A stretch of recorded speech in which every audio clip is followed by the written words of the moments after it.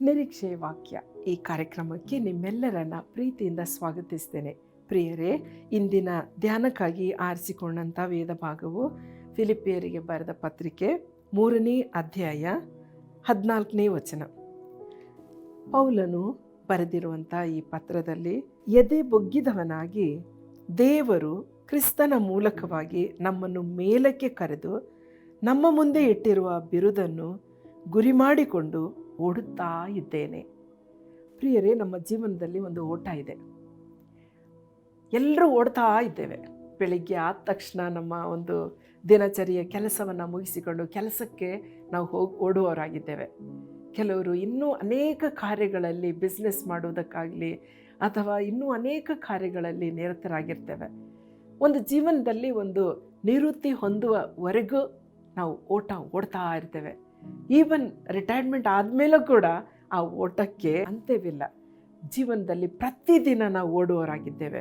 ಹಾಗಾದರೆ ಎದೆ ಬೊಗ್ಗಿದವನಾಗಿ ದೇವರು ಕ್ರಿಸ್ತನ ಮೂಲಕವಾಗಿ ನಮ್ಮನ್ನು ಮೇಲಕ್ಕೆ ಕರೆದು, ಎದೆ ಬೊಗ್ಗಿದವನಾಗಿ, ಯಾರೇ ಓಟದಲ್ಲಿ ನಾವು ಸ್ಟ್ರೇಟಾಗಿ ನಿಂತು ಓಡೋಕ್ಕಾಗಲ್ಲ, ಭಾರ ಹಾಕ್ಕೊಂಡು ನಾವು ಆಗಲ್ಲ. ಹಾಗಾದರೆ ನಾವು ಓಟ ನಿಜವಾಗಿ ಓಡುವವ್ರನ್ನ ನೋಡಬೇಕಾದ್ರೆ ಅವರು ಬೊಗ್ಗಿ ಓಡ್ತಾ ಇರ್ತಾರೆ. ಅವರ ಗುರಿ ಮುಂದೆನೇ ಇರುತ್ತೆ ಹೊರತು ಯಾವ ಕಡೆ ಬೇರೆ ಕಡೆ ಅವರ ದೃಷ್ಟಿಕೋನ ಹೋಗಲ್ಲ. ಯಾಕೆ?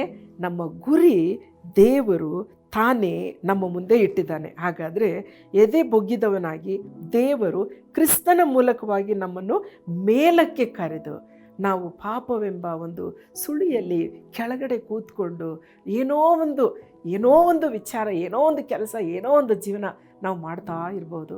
ಆದರೆ ದೇವ್ರ ಮಗನೇ ಬಾ, ನಿನಗೆ ಒಂದು ದೊಡ್ಡ ಜವಾಬ್ದಾರಿಯನ್ನು ನಾನು ಕೊಟ್ಟಿದ್ದೇನೆ. ನನ್ನ ರಾಜ್ಯದ ಸದಸ್ಯನಾಗಲು ಹೋಗ್ತಾ ಇದ್ದೀಯಾ ನೀನು, ಮೇಲೆ ಬಾ ಅಂತ ಪೌಲನನ್ನು ಕರೆದಂಥ ದೇವರು ಇವತ್ತು ನನ್ನನ್ನು ಕರಿತಾ ಇದ್ದಾನೆ.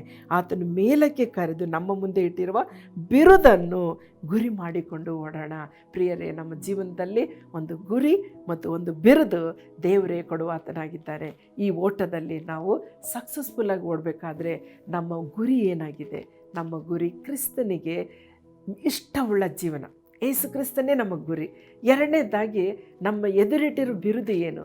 ಬಿರುದು ಆತನು ಕೊಡುವಾತನಾಗಿದ್ದಾನೆ. ಆತನು ಬಹುಮಾನಗಳನ್ನು ನಮಗೆ ಕೊಡುವಾತನಾಗಿದ್ದಾನೆ. ಅದು ಯೇಸು ಕ್ರಿಸ್ತನ 2ನೇ ಬರೋಣದಲ್ಲಿ ಪರಲೋಕ ರಾಜ್ಯದಲ್ಲಿ ನಾವು ಸೇರುವವರಾಗಿದ್ದೇವೆ.